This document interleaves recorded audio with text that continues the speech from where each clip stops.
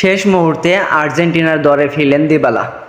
আর্জেন্টিনার জার্সিতে দীর্ঘদিন ধরে অনুপস্থিত পাওলো দিবালা সর্বশেষ খেলেছেন 2023 সালের মার্চে। তিনি না ছিলেন চ্যাম্পিয়ন আর্জেন্টিনা কোপা আমেরিকার দলে, এমনকি 2026 বিশ্বকাপ সামনে রেখে বাছাই পর্বের দলের জায়গা হয়নি তার। শেষ মুহূর্তে হঠাৎ করেই সুযোগ পেলেন আর্জেন্টিনার বিশ্বকাপ বাছাইয়ের দলে। সামাজিক মাধ্যমে এক ঘোষণায় আর্জেন্টিনার বিশ্বকাপ বাছাইয়ের দলের দিবালাকে নেওয়ার কথা জানানো হয়েছে। আর্জেন্টিনা ফুটবল ফেডারেশন নিজেদের অফিসিয়াল এক্স হ্যান্ডেলে বিষয়টি নিশ্চিত করেছেন। মেসির চোট থেকে সেরে না ওঠায় দিবালার স্কোয়াডে অন্তর্ভুক্তি গুরুত্বপূর্ণ কারণ বলে মানছেন আর্জেন্টাইন সংবাদ মাধ্যম মুন্দো আলবিসেলেস্তে। আর্জেন্টিনা ফুটবল ফেডারেশনের এক প্রতিনিধি বলেন, এএস রোমার ফুটবলার পাওলো দিবালা দক্ষিণ